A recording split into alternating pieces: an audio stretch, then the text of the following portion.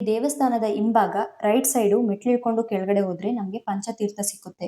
ಇದು ದೇವಸ್ಥಾನದಿಂದ ಸುಮಾರು 200 ಮೀಟರ್‌ಗಳಷ್ಟು ದೂರ ಇದೆ. ನಾವಿಲ್ಲಿ ಪಂಚತೀರ್ಥವನ್ನ ನೋಡ್ಬೋದು. ಪಂಚತೀರ್ಥದ ಬಗ್ಗೆ ಹೇಳ್ಬೇಕು ಅಂದ್ರೆ ಇತಿಹಾಸಗಳ ಪ್ರಕಾರ ಪಂಚತೀರ್ಥವು 5 ತೀರ್ಥಗಳ ಸಂಯೋಜನೆಯಾಗಿದೆ.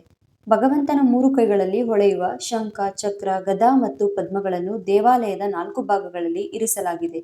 ಪಂಚತೀರ್ಥವು ಶಂಖತೀರ್ಥ, ಚಕ್ರತೀರ್ಥ, ಗದಾತೀರ್ಥ, ಪದ್ಮತೀರ್ಥ ಮತ್ತು ಭಗವಂತನ ಪಾದತೀರ್ಥವಾದ ಅಭಿಷೇಕ ತೀರ್ಥಗಳ ಸಂಯೋಜನೆಯಾಗಿದೆ. ಪಂಚತೀರ್ಥದಿಂದ ಸುಮಾರು 200 ಮೀಟರ್‌ಗಳಷ್ಟು ದೂರ ಕಾಡಿನೊಳಗೆ ನಡ್ಕೊಂಡು ಹೋದ್ರೆ ನಮ್ಗೆ ಎಡದಾಗಡೆ ಗುಹಶಿವ ದೇವಾಲಯ ಸಿಕ್ಕುತ್ತೆ, ಬಲದಾಗಡೆ ಪಾಪನಾಶಿನಿ ತೀರ್ಥ ಸಿಕ್ಕುತ್ತೆ. ಅಲ್ಲಿ ದಾರಿನೂ ಕೂಡ ಮಾಡಿದ್ದಾರೆ, ಆರೋ ಮಾರ್ಕ್ ಕೂಡ ಹಾಕಿದ್ದಾರೆ. ಆರಾಮಾಗಿ ಅದನ್ನ ಫಾಲೋ ಮಾಡ್ಕೊಂಡು ನಾವು ಹೋಗ್ಬೋದು. ಆ ಆರೋ ಮಾರ್ಕ್ ಹಾಕಿರೋ ಜಾಗದಿಂದ ಒಂದು 200 ಮೀಟರ್ ಅಷ್ಟು ದೂರ ಪಾಪನಾಶಿನಿ ತೀರ್ಥ ಇದೆ. ಹಾಗೆ ಎಡದಾಗಡೆ ಬಂದ್ರೆ ಅಲ್ಲಿಂದ ಒಂದು 100 ಮೀಟರ್‌ಗಳಷ್ಟು ದೂರ ಗುಹಶಿವ ದೇವಾಲಯ ಇದೆ. ಇನ್ನು ಈ ಪಾಪನಾಶಿನಿ ತೀರ್ಥದ ಬಗ್ಗೆ ಹೇಳ್ಬೇಕು ಅಂದ್ರೆ ಯಾರು ಈ ಪಾಪನಾಶಿನಿ ತೀರ್ಥದಲ್ಲಿ ಸ್ನಾನ ಮಾಡ್ತಾರೋ ಅವರ ಎಲ್ಲಾ ಪಾಪಗಳು ನಿವಾರಣೆ ಆಗುತ್ತದೆ ಅಂತ ಕೂಡ ಹೇಳ್ತಾರೆ. ಸ್ವತಃ ಪರಶುರಾಮರೇ ಕ್ಷತ್ರಿಯರನ್ನ ಸಂಹಾರ ಮಾಡಿದ ಪಾಪದ ನಿವಾರಣೆಗಾಗಿ ಈ ಪಾಪನಾಶಿನಿ ತೀರ್ಥದಲ್ಲಿ ಸ್ನಾನ ಮಾಡಿ ಮಹಾವಿಷ್ಣುವಿನ ದರ್ಶನವನ್ನ ಪಡೆದ್ರು ಅಂತ ಕೂಡ ಇಲ್ಲಿನ ಜನ ಹೇಳ್ತಾರೆ.